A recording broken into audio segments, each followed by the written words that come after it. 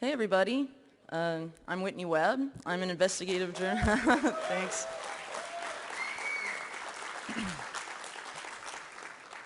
Cool, thanks for that. I'm an investigative journalist. I've been writing professionally since 2016. I'm the founder of and contributing editor to unlimitedhangout.com. Today I'm going to be speaking about the imminent effort to not just criminalize Bitcoin and financial privacy, but how that effort directly coincides with efforts to undermine free speech and the right to privacy in general. While many of these efforts are taking place at the international level, they intimately involve powerful American federal agencies, American commercial banks, and the Federal Reserve. Late last month, a bipartisan group of U.S. senators introduced the Financial Technology Protection Act, which would, quote, create a working group tasked with studying how terrorists or other criminals might use cryptocurrencies and other financial technologies and create proposals for Congress and regulatory agencies aimed at countering these uses, end quote. This working group would be composed of representatives of the U.S. Treasury Department, the Financial Crimes Enforcement Network, or FinCEN, the IRS, the Office of Foreign Asset Control, the FBI, the Drug Enforcement Agency, the Department of Homeland Security, the Department of Justice, the Department of State, and the CIA. Bitcoiners should pay close attention to these developments, as the DOJ in particular has attempted to paint Bitcoin as the payment of choice for well-known terror groups like ISIS and Al-Qaeda, signaling that this working group proposed by this bill will likely seek to specifically target Bitcoin.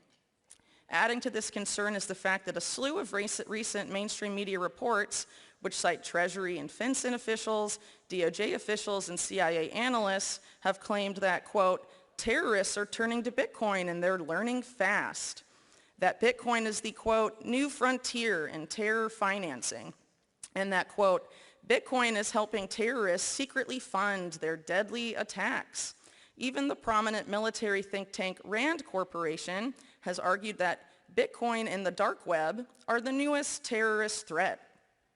Many of these entities, particularly the U.S. Department of Justice, are also currently helping draft the UN's new cybercrime treaty, showing that there is currently a very global effort to stomp out cybercrime and alleged funding sources for cybercriminals. However, much like the words terror and terrorist after 9/11, the terms cybercrime and cybercriminals are often very vaguely defined by these same authorities. Perhaps unsurprisingly, many of the groups looking to allegedly combat cybercrime in the U.S. and beyond, including the Department of Justice and the FBI, are part of an international public-private partnership housed within the World Economic Forum that is seeking to define these terms in unsettling ways. Not only that, but this group and its partner organizations are also seeking policy objectives that, if widely implemented, would treat anonymous cryptocurrency transactions, and specifically Bitcoin transactions involving mixers and related privacy tools, as criminal. They also, without evidence, assert that there is a direct link between an increase in the value of cryptocurrencies, specifically Bitcoin, and an increase in cybercriminal activity. This public-private partnership, the WEF Partnership Against Cybercrime, or WEFPAC, is run by a former intelligence agent named Tal Goldstein, whose military intelligence career, was marked by his efforts to have intelligence agencies essentially fuse with private technology companies in his native Israel. Today, WEFPAC's members not only include the FBI, the Department of Justice, the U.S. Secret Service, and intelligence agencies of Israel and Britain, they also include massive too-big-to-fail banks like Bank of America and Santander, as well as massive tech companies like Amazon and Microsoft. PayPal is also there, so is the nonprofit that manages the SWIFT payment system. In recent reports, WEFPAC has alleged that there is a connection between the use of cryptocurrencies as well as privacy-enhancing tools such as mixers and the incidence of cybercrime. They argue that, quote, cybercriminals abuse encryption, cryptocurrencies, anonymity services, and other technologies, but failed to note that their use is hardly exclusive to criminals. Though they refrain from naming any currency specifically, the WEF has stated elsewhere on its website that, quote, governments don't like the fact that Bitcoin users are anonymous, and they have concerns over its use for criminal activity and money laundering, adding that their worries aren't unfounded. It's important to point out that WEFPAC doesn't see cybercriminals, just as those who may engage in hacks or financially motivated acts like ransomware attacks. To WEFPAC, cybercriminals also include those who use technologies to uphold terrorism and spread disinformation to destabilize governments and democracies.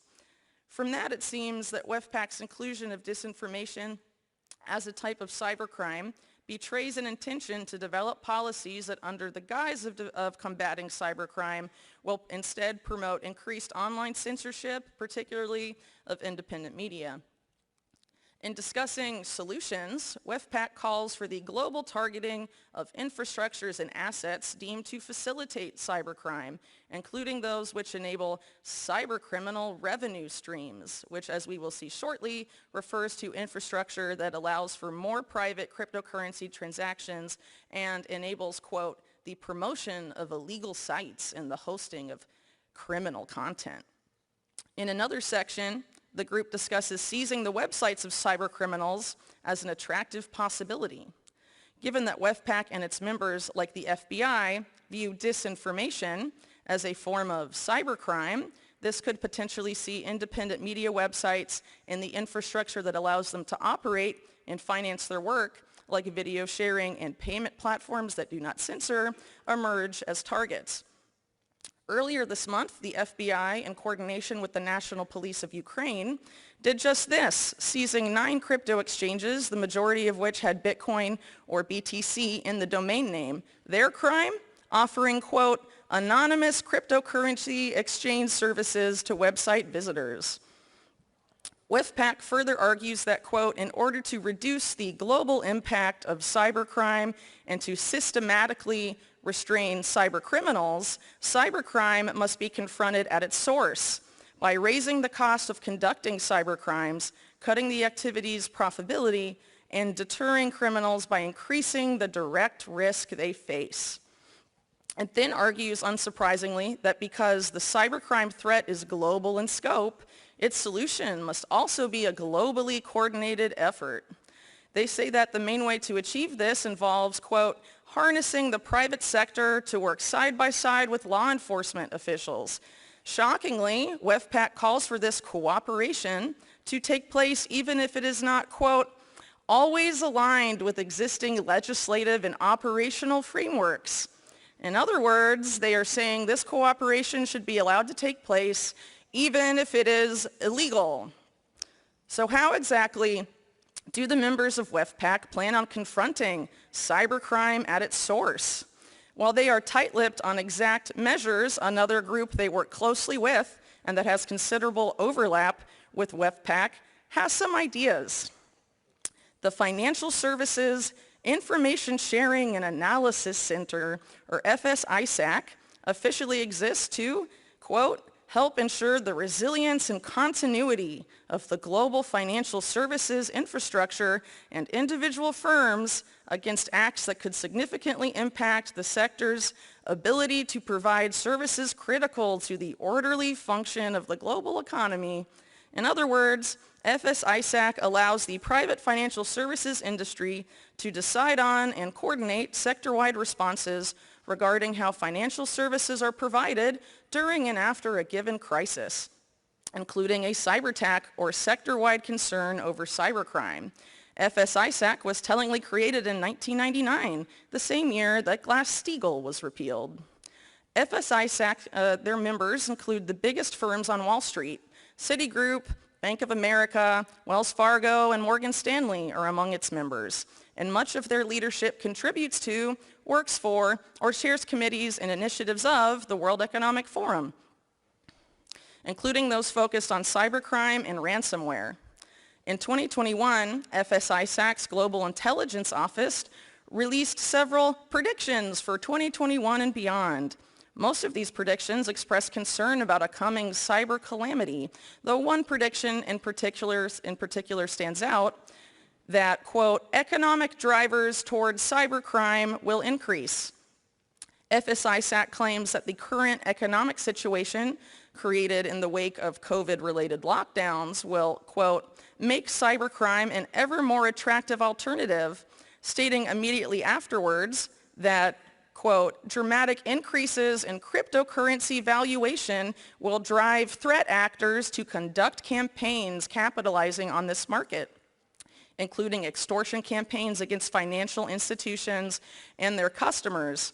In other words, FSISAC views the increase in the value of cryptocurrency as a direct driver of cybercrime, particularly for ransomware incidents, implying that the value of cryptocurrency must be dealt with if there is to be a reduction in cybercrime and if cybercrime is to be truly confronted at its source by attacking its profitability, as WEFPAC suggests. However, the data does not fit these assertions, as the use of cryptocurrency by cybercriminals is low and is getting lower. For instance, one recent study, ironically produced by WEFPAC member Chainalysis, found that only 0.34% of cryptocurrency transactions in 2020 were tied to criminal activity, down from 2% the year prior. Though the decrease may be due to a jump in cryptocurrency adoption, the overall percentage of crime-linked cryptocurrency transactions is incredibly low, a fact obviously known to FSISAC and its members. But what's disturbing here is that mainstream media has widely circulated the claim that Bitcoin specifically is, to quote Forbes, driving the $1.4 billion ransomware industry. Or to quote NPR, Bitcoin has fueled ransomware attacks. Or to quote an executive at WEFPAC member Chainalysis, Bitcoin is the favorite by far for ransomware attackers.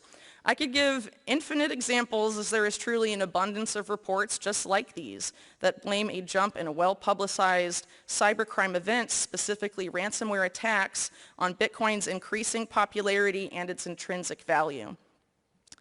Yet here, if the banks, intelligence agencies, and tech companies that partnered with these initiatives see not just financial privacy, but the value of Bitcoin itself as a threat, it goes without saying that their efforts to stop cybercrime at its source would not just involve eradicating financial privacy when it comes to crypto, but also working to devalue crypto. With such groups openly discussing working outside of legal frameworks to accomplish their goals, Bitcoiners must start paying closer attention to these shadowy groups. There is no proof that cryptocurrency, or more specifically Bitcoin, is the key driver of cybercrime, as cybercrime significantly predates the existence of both. However, cryptocurrency does present a threat to the plans of FSISAC members and their partners to begin producing digital currencies controlled either by approved commercial banks or central banks themselves, digital currencies that are designed to be easily surveilled. Central bank digital currencies in particular are being designed and implemented to erode financial privacy and autonomy. The success of CBDCs and related projects depends on neutering the competition, which is likely why FSISAC has called for the economic drivers of cybercrime to be combated by a global financial cyber utility, which is of course the very same globalist entity that WEFPAC seeks to create. Not long before FSISAC and WEFPAC made all of these claims, many members of both groups participated in a 2020 initiative hosted by the Carnegie Endowment for International Peace, itself a member of WEFPAC. The president of the endowment at the time was William Burns, who subsequently became Joe Biden's pick for CIA director less than a year later. The Carnegie Endowment's initiative brought together many members of WEFPAC and FSISAC with an important addition, representatives of central banks, namely the U.S. Federal Reserve and the European Central Bank. Also notably present in this initiative was the U.S.'s Federal Deposit Insurance Corporation, or the FDIC. The report developed by these parties is astounding, as it states that the main cause of global financial instability is not irresponsible central bank policies or commercial banks engaging in criminal behavior, but instead, quote, the current fragmentation among stakeholders and initiatives. They argue that the main solution needed to stabilize the global financial system lies in reducing that fragmentation. The only way to accomplish that, they say, requires the massive reorganization of all stakeholders via increased global coordination. They specifically note that the, quote, disconnect between the finance, the national security, and the diplomatic communities is particularly pronounced and calls for much closer interaction between all three. It goes on to state the following, quote, this requires countries not only to better organize themselves domestically, but also to strengthen international cooperation to defend against, investigate, prosecute, and ideally prevent future attacks. This implies that the financial sector and financial authorities must regularly interact with law enforcement and other national security agencies in unprecedented ways, both domestically and internationally, end quote. Essentially, this initiative has called to begin fusing commercial banks and financial authorities, like regulators, with national security and law enforcement agencies. This policy could not be more insane or dystopian. Making things even worse is the fact that WEFPAC, of which the Carnegie Endowment and many of the other organizations behind this policy are members, not only call for this fusion to take place, they call to do so in ways, again, that may be illegal. A merging of commercial banks, their regulators, and the intelligence agencies is a complete nightmare scenario, but this is exactly what the World Economic Forum has come to promote as a model public-private partnership. But perhaps more critically for American citizens, this is a policy developed with the direct participation of the U.S. Federal Reserve, the FDIC, the U.S. Secret Service, the FBI, the Department of Justice, and the country's most systemically important commercial banks. The establishment in this country supports these policies, and from what I can see, they have every intention of trying to make them a reality. These American federal agencies, institutions, and commercial banks are playing a major role in developing regulations that will inevitably target Bitcoin. They have made it very clear in media reports, press releases, and policy documents that they see financial privacy, the popularity of Bitcoin, and the value of Bitcoin as direct threats responsible for what they define as cybercrime. Yet time and again, the American people have been fleeced and looted by many of these same agencies and many of these same commercial and central banks. The big banks like HSBC can launder millions of dollars for drug cartels. Nothing happens to them. No one goes to jail. The CIA has laundered untold millions through criminal banks like BCCI, a bank which ran its own sex trafficking operation involving prepubescent kids. And again, nothing was done. No one went to jail. FTX can launder aid money supposedly destined for Ukraine, funnel it back as campaign contributions to the same political party, developing crypto regulations while painting Bitcoin as a national security threat. Sam Bankman-Fried was the only person arrested, and right now he's not in prison. He's in a multi-million-dollar mansion in California, about to get 10 of the 13 federal charges against him dismissed. The current president's son can launder as much money as he wants after leaving the evidence on a laptop he abandoned, and the intelligence community comes to his defense, falsely claiming that the data on his laptop, now admitted to be his, was a Russian hoax. These guys are the real criminals, and if you think they care about stopping money laundering or cybercrime in any meaningful way, you have been had.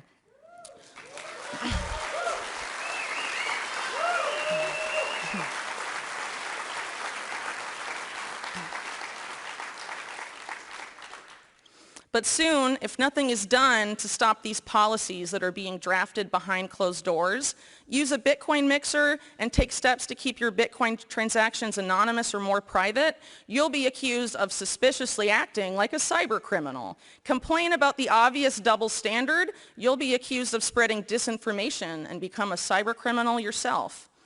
What should particularly concern us now is how these agencies, entities, and public-private partnerships plan to manufacture consent for their policies. As things stand right now, a lot of the policies dreamt up by these groups that I've just described, I would hope, would be rejected by the vast majority of Americans. That is, of course, unless the right crisis were to come along and suddenly make most Americans extremely concerned and fearful of cybercrime. While warnings of a so-called cyber pandemic floated around in 2021 as a series of high-profile and highly publicized ransomware attacks took place, we haven't heard as much since. But now, with the last global crisis, COVID-19, officially over, according to the U.S. government and the World Health Organization, some are raising the alarm that a new global crisis is soon to make a dramatic appearance. Given what I've been saying, let's check in with the World Economic Forum and see what they think the next global crisis will be. Well, in January of this year, Jeremy Jurgens, number 2 at the WEF after Klaus Schwab, asserted that a, quote, catastrophic mutating event will strike the world in 2 years. What a confident prediction. So what is this catastrophic mutating event that will strike the world before 2025? If you guessed a, quote, global catastrophic cyber event, you win. At a presentation at this year's Davos, Jurgens claimed that 93% of cyber leaders and 86% of cyber business leaders believe that the geopolitical instability makes a catastrophic cyber event inevitable before 2025. Joining Jurgens in fear-mongering over a cyber doomsday was Jürgen Stock, the head of Interpol, one of the most influential members of WEFPAC. I should also add that the United Nations, which as I mentioned earlier, is currently making its new cybercrime treaty, has named Interpol as uniquely positioned to be the implementing partner of a number of the 2030 Sustainable Development Goals, specifically when it comes to disrupting financial streams of terrorists, securing cyberspace, and curbing illicit markets. Jurgens and Stock's comments about a catastrophic cyber attack before 2025 spawned hysterical mainstream media headlines warning of Cyber Apocalypse 2023. That same month, Newsweek's print edition featured an ominous hacker on the cover with the words, "Hack Attack, How Cybercriminals Outwit All Efforts to Stop Them." Many of the experts quoted in the Hack Attack article work for companies that are WEFPAC members. In recent years, there has been much talk about a doomsday cyber attack, and now it seems top people at the WEF and WEFPAC feel confident enough to put a relatively short timeline on it. How bad will this attack be if and when it materializes? Considering that the current head of the Department of Homeland Security has claimed that the next cyber attack will kill many people, it seems that a cyber 9/11 could be waiting in the wings, which of course would be followed shortly thereafter by a Cyber Patriot Act, or something very similar. If Bitcoin is blamed for motivating or funding the cyber criminals deemed responsible for such a catastrophe, what will happen to public opinion, and what type of legislation might we see rammed through Congress? Given what I've described today, the WEF and its allies, including several U.S. government agencies, need a couple of things to come to the forefront of the public mind before they can offer their dystopian solutions that they already have on the books. In order to fuse banks, regulators, and the national security state to end fragmentation in the global financial system, global financial instability must first become a major global concern. With everything that has been taking place since the collapse of Silicon Valley Bank, it seems we may not be too far away from global financial instability becoming a top concern for the average person. The other thing they need to happen is for the average person to become incredibly fearful of financial privacy and online privacy to the point that they will willingly trade their privacy for greater security, or rather what will be sold as greater security. Bitcoin, privacy-minded crypto, and privacy-preserving technologies like encryption must become public enemy number one in order for the offered solution, a completely surveilled internet and completely surveilled financial system, to be accepted by the masses. Ultimately, what I'm trying to convey with this information is that the fight over the control of the cryptocurrency space is part of the larger war being fought over the future of our society, our country, and the world. Will we sleepwalk into a world of CBDCs where intelligence agencies, central banks, and commercial banks have fused into the same Orwellian entity, where holding terror-linked Bitcoin or using encryption or mixers makes you a cyber criminal? Or will we fight the groups and institutions that have looted American wealth for well over a century and demand a return to the Constitution and the right to privacy, not just financially, but in all senses? Those that wish to force us into the former scenario clearly and unequivocally see Bitcoin as well as privacy-enhancing technology as a direct threat to their power and their plans, and there has never been a more important time to choose a side. Thank you.